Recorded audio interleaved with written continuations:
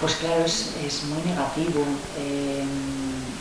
debido a la coyuntura económica que se está viviendo, a la falta de expectativas que los jóvenes se encuentran en el país, de los jóvenes y especialmente de los licenciados, de los graduados o de los doctores, ¿no? Que no encuentran salida aquí en España. Y además me parece que es un problema más de las empresas que de la universidad, porque esos jóvenes no encuentran trabajo aquí, pero no es por su mala formación. Cuando van a Alemania, a Francia, nuestros médicos o nuestras enfermeras que se van al Reino Unido o a Portugal y que los demandan y que son recibidos con los brazos abiertos, allí tienen trabajo, son los mismos, tienen la misma formación. Por lo tanto, no es un problema de que nuestros jóvenes estén mal formados.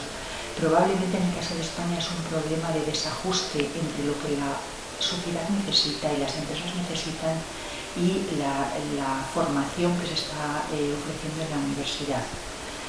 Por lo tanto, claro, mi opinión es absolutamente negativa, pero yo soy optimista. Yo creo que va a haber un retorno, que en las mismas condiciones las personas que se han ido a trabajar fuera van a volver en cuanto la situación económica mejore, ¿no? Ha habido otros casos, por ejemplo, los polacos a lo largo de los años 90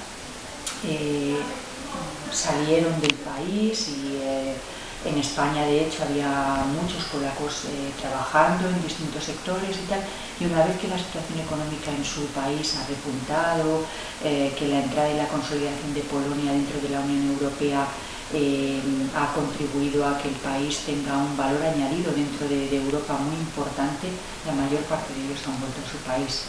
Por lo tanto, bueno, esto es un movimiento que hay que contemplarlo con cierta perspectiva temporal, no es algo que se agote en el momento mismo en el que empieza, ¿no? Es un proceso más o menos de corto, medio o a veces largo plazo, pero yo creo que esa situación se va a acabar revirtiendo.